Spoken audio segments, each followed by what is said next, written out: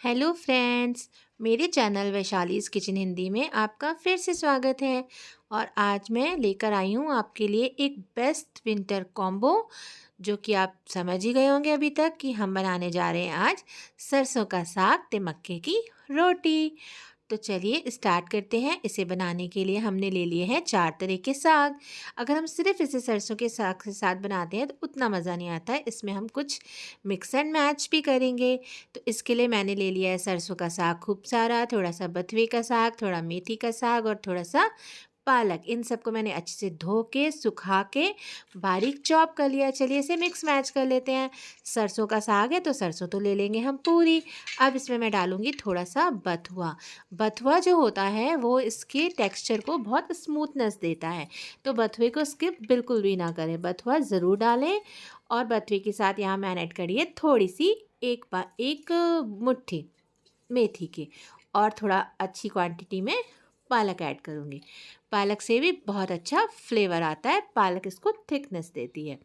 तो चलिए अब हमने ऐड कर लिया, अब हमें कुछ नहीं करना है। ये आ गया हमारा फिर से पुश्तैनी बर्तन।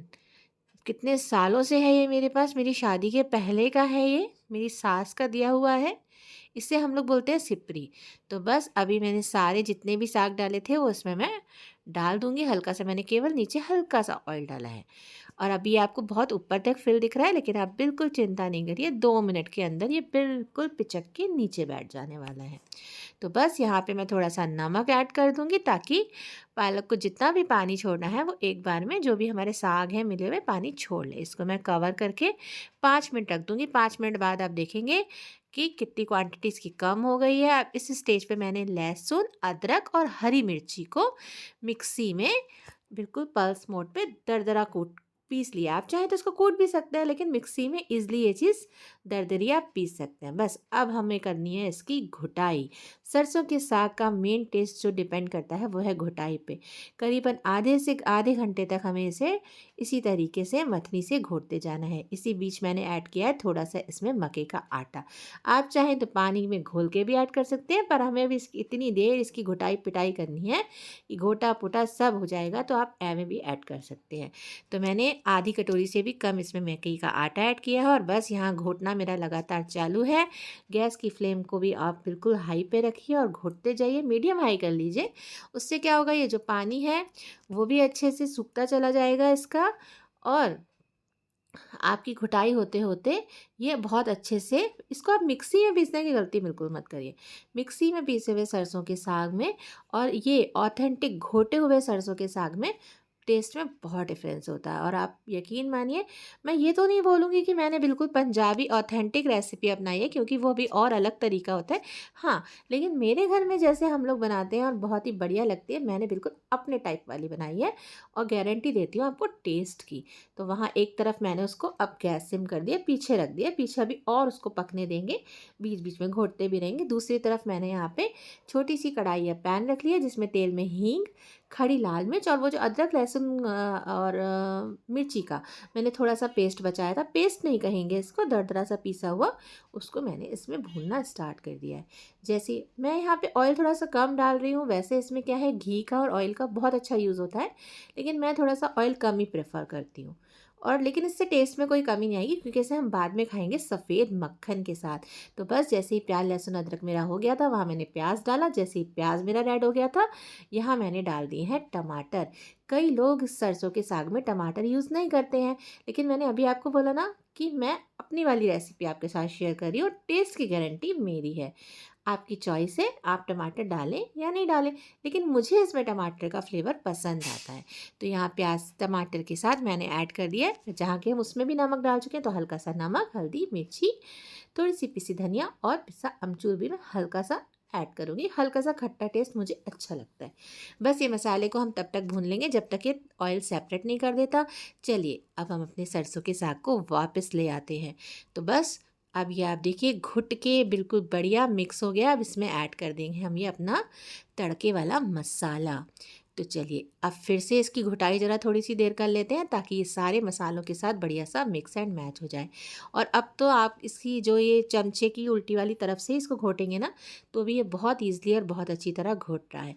बस 1 से 2 मिनट हमें और इसको पकाना है, 3-4 मिनट, और ये सरसों का साग हमारा बन के बिल्कुल मस्त वाला रेडी है। और यकीन मानिए ये आपको इतना पसंद आएगा, अब मैं क्या बोलूँ।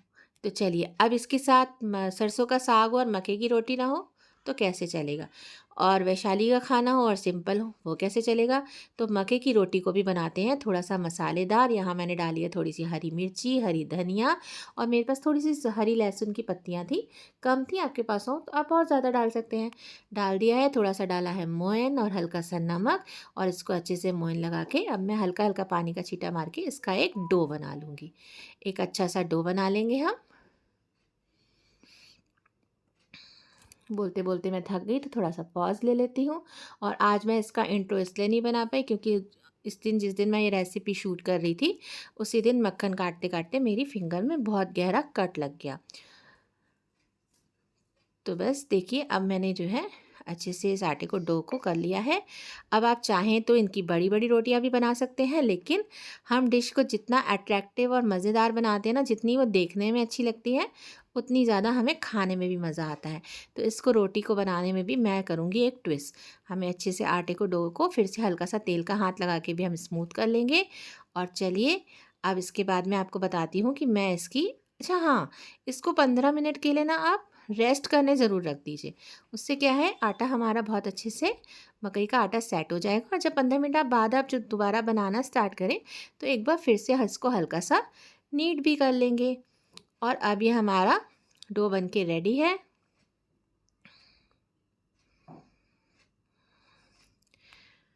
वीडियो में बोलने में और असली में रेडी होने में थोड़ा थोड़ा डिफरेंस हो जाता है। तो बस अभी हमारा डो रेडी हो ही गया है। तो चलिए अब हम तैयार करते हैं इसकी रोटी बनाने की तैयारी। तो बस हल्का सा मैंने यहाँ पे मक्के का आटा ही डस्ट कर लिया और आप देख रहे हैं कितने आराम से ये बिल जा रही है। हाँ, थोड़ी सी वो हो सकती है, टूट सकती है, तो उसको बिल्कुल परफेक्ट शेप देने के लिए एक बढ़िया काम कर सकते हैं। आपने शादी में देखा है ना, वो छोटी छोटी सी मक्के की रोटी बनती हैं, तो बस इस तरीके से इसमें से निकाल सकते हैं। ये पहली मैंने ज़रूर एक बनाई थी, उसके बाद मैंने एक बहुत बड़ी सी रोटी बनाई और उसमें से एक साथ मैंने 4 राउंड, इससे क्या है बिल्कुल राउंड शेप की भी निकलेंगी और छोटे छोटे कॉइन्स की जैसी रोटियां निकलती हैं ना, जो घी में, देसी घी में बनी हुई, बड़ी ही मस्त लगती हैं। बस इस तरीके से 4-4 रोटियां निकालते जाएंगे और तवे पे हम देसी घी लगा के बढ़िया बढ़िया इनको सेक के मस्त इसको सर्व करेंगे सरसों के साग के साथ। तो चलिए, बस ये आटा भी आपका वेस्ट नहीं होगा, इसको दोबारा से बेल सकते हैं, दोबारा से बना सकते हैं। यहाँ मैंने कर दी है इसको सेकने की तैयारी।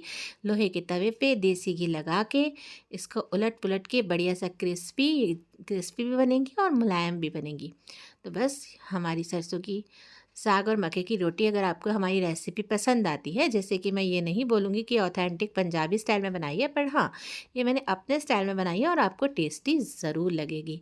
तो आप इसको ट्राई ज़रूर करें और कमेंट में आके ज़रूर बताएं कि आपको ये रेसिपी पसंद आई कि नहीं। तो बस ये हमारी रोटियां तैयार हैं। देख रहे हैं आप कितनी सुंदर लग रही हैं। खाने की टेस्ट को ना, उसकी जो ब्यूटी है ना, वो बढ़ा देती है। तो कोशिश करें कि प्रेजेंटेशन हमेशा अच्छा रखें। ज़रूरी नहीं है कि जब हमारे घर में गेस्ट आएँ तभी हम बहुत अच्छे से उसका प्रेजेंटेशन करें। हम कभी कभी वीकेंड्स पे कभी हम कुछ स्पेशल बना रहे हैं, तो अगर उसको स्पेशल तरीके से प्रेजेंट करें ना, तो उसको खाने का मन हमारा दुगना हो जाता है और खाने का टेस्ट भी बहुत ज़्यादा बढ़ जाता है। तो बस चलिए, हम हमारी मक्के की रोटी जो है अच्छे से दबाते हुए इन्हें क्रिस्पी कर लेंगे। और देखिए, सरसों का साग है, मक्के की रोटी है, और इन चीज़ों में ना आप घी की कंजूसी बिल्कुल नहीं करें। और वैसे भी देसी घी कहीं भी नुकसान नहीं करता है। तो इस तरीके से अच्छे से देसी घी लगा के इसको बढ़िया क्रिस्पी कर लीजिए। साग हमारा रेडी है, रोटी हमारी रेडी है, रोटी आ गई है हमारी प्लेट पे। आप सब बताइए, ये रेसिपी देख के आपको भूख लग गई ना? मन किया ना आपका कि कल आप भी ये वाली सरसों की साग और मक्के की रोटी की रेसिपी बनाएंगे? तो चलिए अब हम अपनी प्लेट लगा लेते हैं। रोटी हमारी रेडी हैं। ये साग हमारा देख रहे हैं आप, धुआं निकल रहा है, स्टीम निकल रही है। इसी टाइम पे हम इसमें ऐड करेंगे थोड़ा सा हमारी थाली में गुड़। और यहाँ पे मैंने रख दी है थोड़ी सी मूली।